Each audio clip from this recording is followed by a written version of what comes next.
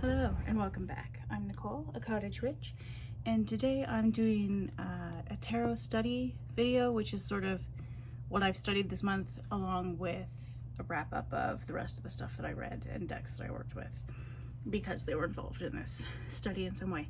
So the first one I'm going to talk about is the Witch Sister Tarot, because for the last 2 months, so March and April, they're on to another deck now, but for 2 months there, Lisa Pepez's membership on YouTube did a deck study of this one, and it's been a lot of fun.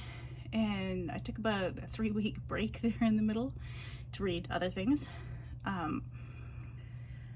But yeah, I've done a lot of reading. I had a previous video up about most of the books I read, so I'll just talk about the ones I've read since then. But it's really a beautiful deck, and I've loved it. I reread again the guidebook, which is fantastic. It's got a lot of folklore and I tabbed quite a few things that I wanted to look up, mostly either plants or folklore items. And so yeah, it's been a lot of fun getting to know more Scottish folklore in particular, but it also sort of became, in the last half of the deck study, more about spirit flight for me. So and it really does work for that. I mean, the guidebook is called Taking Flight with Your Witch Sisters, and so the books that I read that are sort of Witch Sisters adjacent are Broom at Midnight, 13 Gates of Witchcraft by Spirit Flight by Roger J. Horn, and I'm not interested in all of them. It's got 13 of them. As you can see, he's given them all Latin names. So I've just tabbed a handful. But he does have a lot of interesting things to say, and they're just, I mean, it's not my favorite book on the subject ever, but it's a great beginner, dip your toes in, try and find a method that works for you sort of book, because it's got a very brief overview of so many different ideas. So that's fun. One of the other books I read that was also really, really good is Alive with Spirits by Althea Sebastiani, The Path and Practice of Animistic Witchcraft. And this book is part an exploration of what animism is and part hedge crossing book, which is very cool. And I don't agree with everything she says, but everything she says does give you good food for thought. So it's divided into 8 sort of lessons, and I didn't do all of them, but you know, you can. Every lesson comes with a journal prompt and some exercises. Some at the beginning it starts with like grounding and energy explorations and things like that, and then it gets more into hedge crossing and that sort of thing, meditations and whatnot. But she does talk, and I don't agree that witchcraft has to be land-based, although I can't imagine my practice in a not land-based sort of way, but other people do practice witchcraft who are not land-based. It seems strange to me, but if it works for them, you know, knock yourself out. So there are some things in that regard that I disagree with, but I overall really enjoyed this book. She's got a discussion of what different spirits are, what it means to be part of a community in right relationship with the land, and that's very important to me. Getting to know your local spirits, getting to know the energy of your body, of the spirits around you, communication, interaction, and manners. That was great, because, you know, it's good to have manners every now and again. The witch within the world, dissolving separation, and rippling outwards for the final sort of lessons. And yeah, so it's quite a good introduction, but even for not beginners, I think it's got some interesting ideas to explore. So I'm glad I read that. She wrote another book that I've been meaning to read for a long time, by Rust of Nail and Prick of Thorn. I haven't read that one yet, but it's on my list. And then the last one I read is Witchcraft and Second Sight in the Highlands and Islands of Scotland. And so this isn't really about, well, it's not really a how-to book. I mean, you could take it that way, but it's more like a record of certain practices. So for instance, He does divide it into black and white witchcraft. This, by the way, was published in like the 1800s or something. This is one of these like printed on Amazon books, which I didn't realize, so it doesn't have any information about when it was originally published, but yeah, it's over 100 years old now. And there were some times where I'm not entirely sure the author is a reliable source, but you know, whatever. You can't usually be 100% sure that everything somebody says is reliable.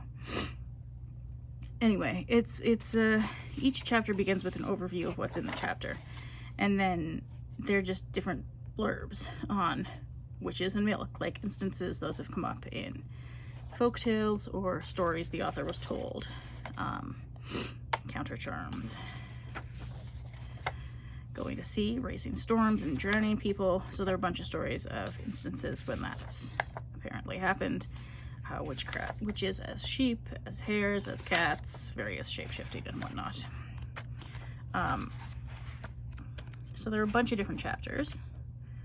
It's because it's one of these Amazon published ones, it's not very well printed. This one, the chapter 4 is on Second Sight. You can get it actually for free in, what's that website, Gutenberg Project or something, because it's public domain. So you don't have to actually pay for this book. You can just go to that website and find it. But I didn't want to read it all online. So that's a chapter on Second Sight, hobgoblins, hauntings and ghosts, and so there's some ghost stories in there, which is kind of fun, and then the Celtic year and different events that people observed on different times of the year. So that was pretty cool. I've got a couple like this for Ireland, which I haven't read yet, but I didn't have one for Scotland, so that was fun.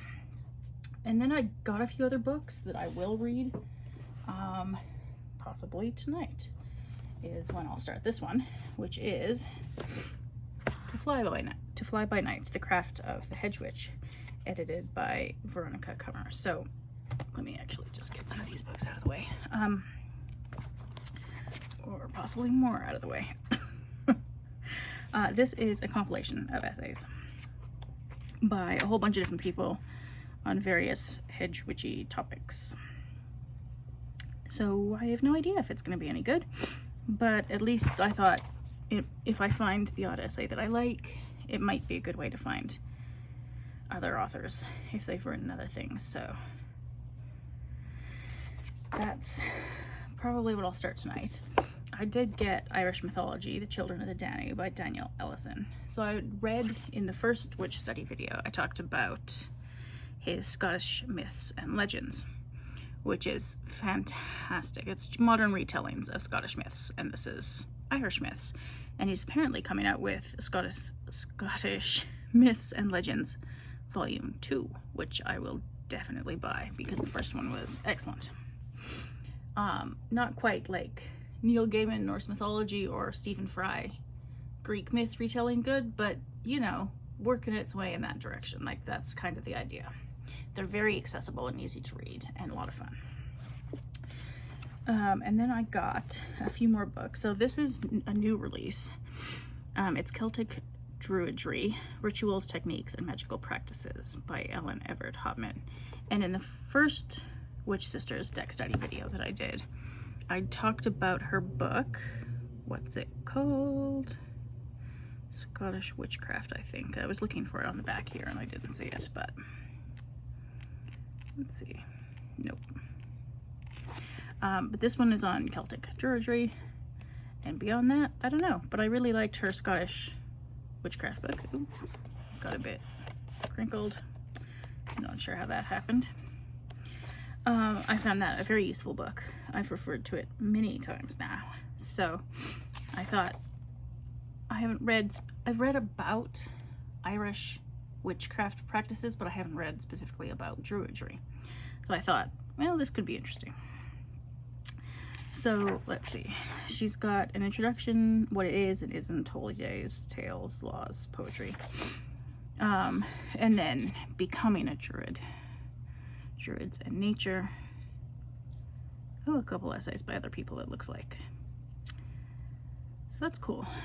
And then a couple other books. So I don't have any interest in working with the Fae at any point because that just comes with too many pitfalls. But I did read a couple of books by Morgan Daimler about the Morgan, and what other one did I read that she wrote? Now I can't remember. Bridget, maybe. Anyway, the Morgan one was really good for sure. That was a Pagan Portals world one. This is not, I don't think, but this is called Fairy, the Other World by Many Names. And it's not Irish specific because I think she tackles many locations. What is the Other World? Avalon comes up in here. Christian influences. And I think, oh yeah, so Irish, Scottish, Elfland, English Fairy, and Welsh Anwin. Yeah, so it's broadly British Isles, Otherworld. So that's cool. And then this is by Lora O'Brien. I've read her book Irish Witchcraft, which was more Irish paganism in my view of the world, but she considers it witchcraft, so you know, sure. But she also has written many other books, and this one is Fairy Faith in Ireland, History, Tradition, and Modern Pagan Practice. So, like I said, I have no interest in observing the fairy faith, but I want to know about them anyway. So, and she's a modern Dree, I think it's called, a druid. Excuse me. And she has a YouTube channel as well that's very good. I think it's just called Lora O'Brien. Yeah. So, I don't know. Actually, I almost forgot. I did listen to Morgan Daimler's book, Fairycraft, which is about working with the Fae specifically, which was very interesting. And in that, I am not interested in doing it, but it was interesting to learn about. So is that all my Witch Sisters study? Yes, I think so. Oh, one other book that's wandered off, because it's in my herbalism study book, is Ireland's Wildflowers, which is, one second, this one. This is the other Ellen Everett Hopman book that I was talking about too, Scottish Herbs and Fairy Lore. But, trying to figure out where to put all the books here. Ireland's Wild Plants was really good. I'd read his book about Ireland's trees, and he's got a couple others. Let me see. Ireland's Birds and Ireland's Animals. And if I ever go to Ireland or get interested in animals or birds or anything, I may read those, but at the moment I'm more into plants. That's where my interest is, so. Yeah, but as you can see, I tabbed a lot of things. He does, so it's divided into major plants and folklore, as in plants that have a lot of folklore about them, and then minor ones that just have sort of maybe more passing mentions, or only come up once or twice. So like mistletoe, St. John's wort, mugwort, yarrow, nettle come up a lot, bluebells. Some of these were plants like bluebells, meadowsweet, scarlet pimpernel, heather, are plants that are in the Witch Sisters tarot, but that I was not super familiar with. So like nettle I'm familiar with, and mugwort and yarrow because they grow here. But some of these plants don't grow here. And so it was pretty interesting to get to know some of them. And we'll continue that journey later. So that is part 1 of my deck study for the month. Okay, part 2 of my deck study is I went and got the Marea tarot. Marea? I don't know. I'm not Italian. I don't know how to say that, but apparently it means tide in Italian. And it is a Thoth clone, basically, which you don't see every day of the week. But it is beautiful. It comes with this fold-out Tree of Life on one side, deck and wheel on the other, and then it's got a card. I don't know if yeah, I've got it in the other room. that's got a Tree of Life on it as well. And then that card is, I just left at the bottom. It's not the cheapest deck in the world because, I mean, it's indie, but also it ships from Europe to Canada. So that was a fun, expensive adventure, but I love it so much. And it's read really well for me, despite the fact that I'm not the most familiar with Thoth ever. But what I did when I got it, oh, that's one of the cards I really like, the Empress in a wheelchair. I like that it's not the Chariot. You know, I like, you know, that's good too. But it's nice to get a bit more variety as you get different decks and things. So that's pretty cool. But yeah, it's so beautiful and I love it. But then what I did is, oh, here's the other card that has the Tree of Life, and that's the back. Is the Fortune's Wheelhouse podcast. I listened to that. So I broke out my these decks are, so this is the, I'm not being very coherent here, but this is the Tarot Mirror of the Soul version. Came with this guidebook. I got it at a secondhand store, which was fantastic. Oh, and the Marea Tarot guidebook is also very, very good. It's got good descriptions of all of the key points and the symbolism. So yeah, that's a great guidebook. So I read that. I read this, which is also very good. It's basically like a guidebook for the Thoth Tarot. It's pretty easy to read overview. So like as a getting into Thoth book, it's a pretty good first one. But then as I was listening to the Fortune's Wheelhouse podcast, I had these out. And then as we got into the pips, I had this one out too, the, what's it called? Oh, why am I blanking on it? Medieval Feather Tarot, Marseille deck, because I wanted to see how their keywords, because they put keywords on here for upright and reversed, and I wanted to see how those were different, and they are different from the ideas that Meleen and T. Susan Chang talked about in Fortune's Wheelhouse. But that podcast is gold. It's so good. So basically, I had listened to it before, and then this was a re-listen, and I went through, I had my cards out on my table as I was listening. I mean, I didn't sit at my table, but I had them to refer to when they were talking about the symbolism in the cards. So that was very helpful, because the podcast focuses on RWS and Marseille, RWS and Thoth, not so much Marseille. And then I got the Secrets of the Thoth Tarot by Marcus Katz. This is volume 1, which is just the major arcana. So I'll get these out of the way here. I